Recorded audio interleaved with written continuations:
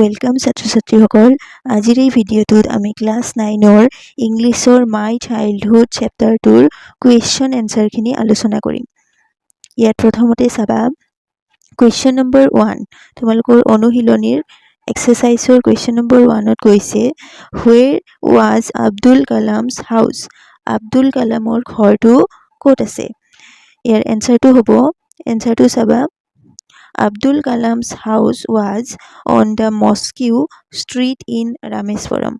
Rameswaranor Mosque Street hot Abdul Kalamor house to ase. So next question to Saba. Next question at koise what do you think Dinamoni is the name of? Give reason for your answer. Koise tumi Dinamoni kihor naam boli tumi bhaba.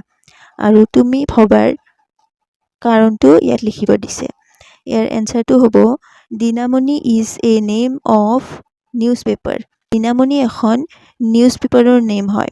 Yar upori yat tuma karon to likhibo dise kiyo tumi Dinamoni ekhon newspaper boli bhaba. Karon to hobo because Kalam says that when his brother-in-law told him stories of the war, he later tried to read it in the headlines of the Dinamoni.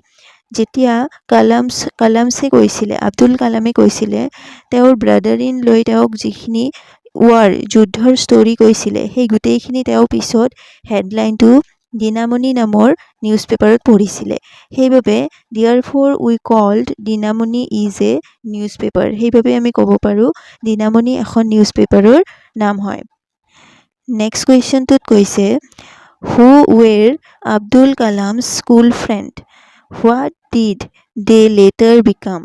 কৈছে আব্দুল কালামৰ school friend কেইজন কোন আছিল এটো আৰু সুধিছে What did they later become? পিছলৈ তেওঁৰ ফ্ৰেণ্ড সকল কি হ'ব বিচাৰিছিলে আব্দুল কালামৰ ফ্ৰেণ্ড কেইজনৰ নাম হ'ল Ramananda Shastri Aravindan and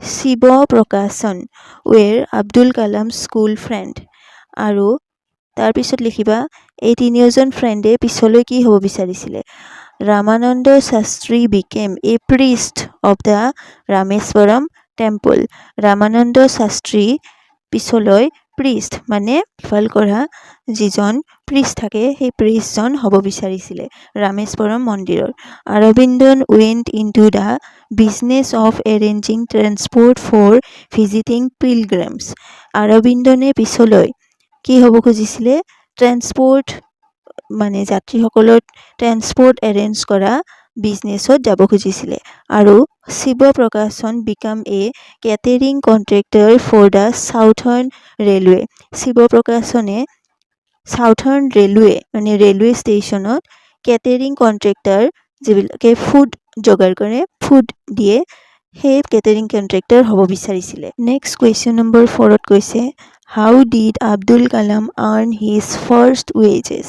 Abdul Kalame নিজৰ প্ৰথম wage মানে পইচা কেনেদৰে প্ৰথমবাৰ পাইছিলে Abdul Kalam earned his first wages by distributing newspaper প্ৰথমবাৰ আব্দুল কালামে নিউজপেপাৰ বিলাই প্ৰথম earn কৰিছিলে মানি তাৰ পিছত question number 5 ত কৈছে Had he earned any money before that? In what way? কৈছে ইয়াৰ আগত আব্দুল কালামে মানি আৰ্ন কৰিছিলে নে যদি কৰিছিলে তাৰ কিহেৰে আৰ্ন কৰিছিলে কাৰণটো ক'ব লাগে ইয়াৰ এনসাৰটো হ'ব yes he earned money before also ইয়াৰ আগতেও আব্দুল কালামে মানি আৰ্ন কৰিছিলে he used to collect the tamarind seeds and sell them to a provision shop on the Mosque Street.